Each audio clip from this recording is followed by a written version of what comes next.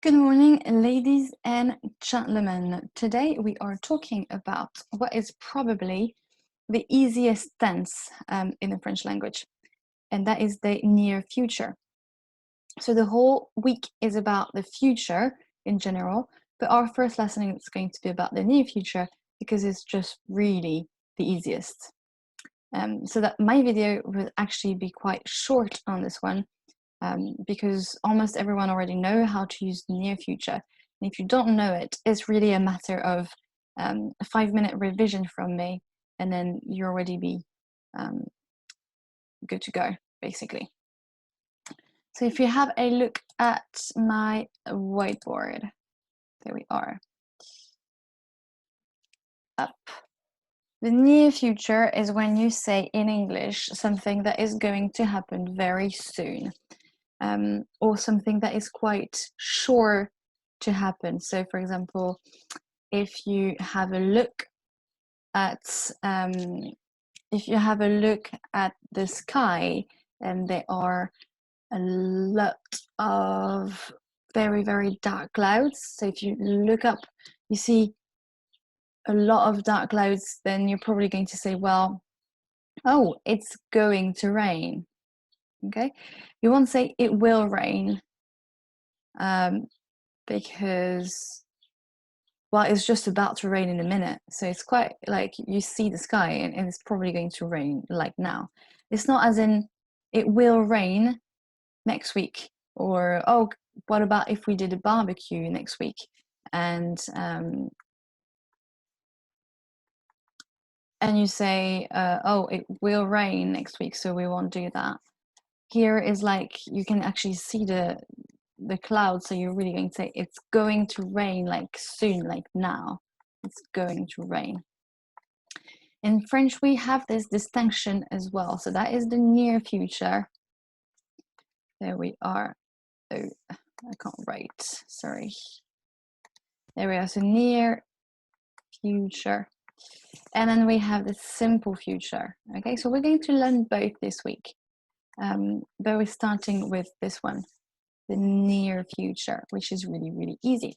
So if you have a look at how it's constructed in English, that will be really, really useful, because actually it's constructed exactly the same in French. So there, let's have a look. Oh my God, sorry, I just wrote, we will rain. Guess I'm really tired. It will rain. And sorry, oh, it will, in black. And it's going to rain. Sorry about that. I don't know where my mind was. So there we are. Let's say, for example, let's take something easy. I'm going to eat an apple. Okay, so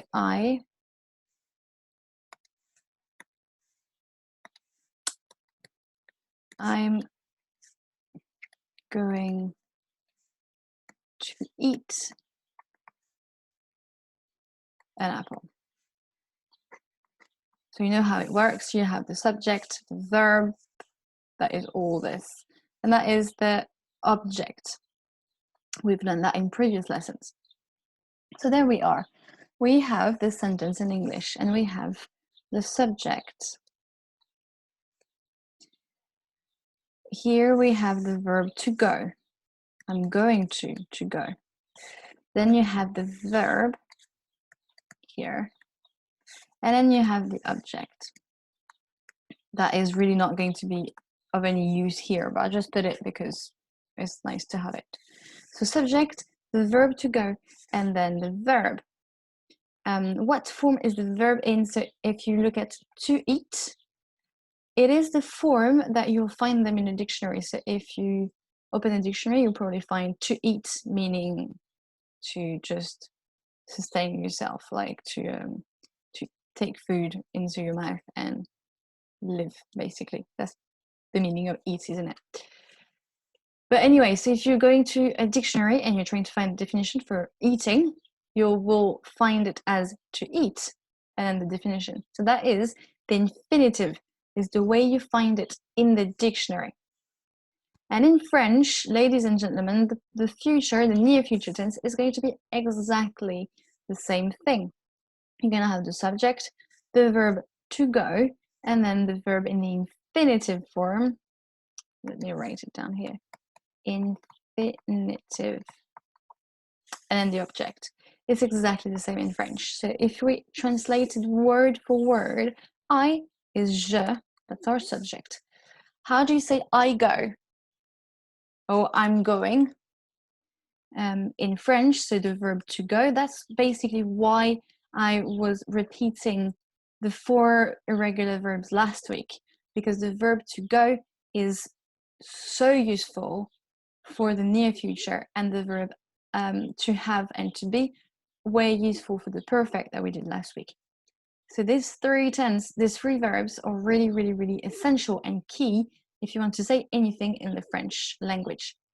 So here I go, or I'm going is going to be je vais. There you are, je vais. Then to eat.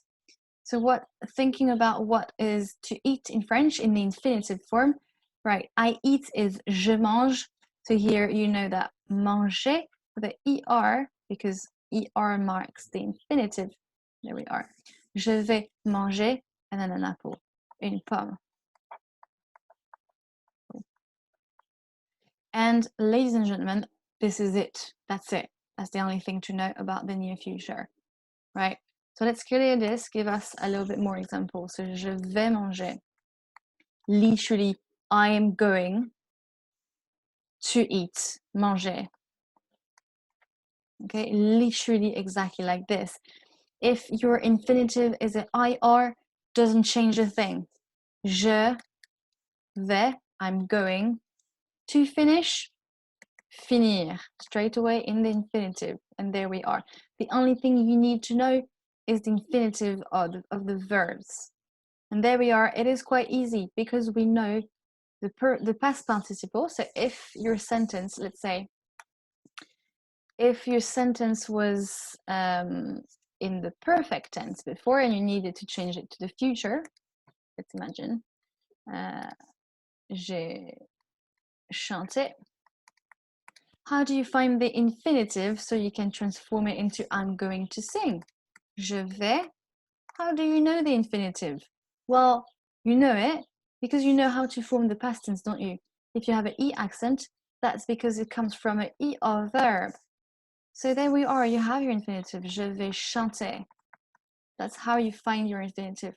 Right, your verb was in the present tense.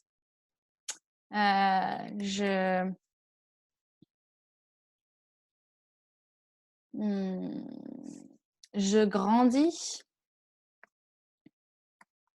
which means I grow up. Je grandis. Right, I'm going to grow up. I'm going, easy peasy, je vais.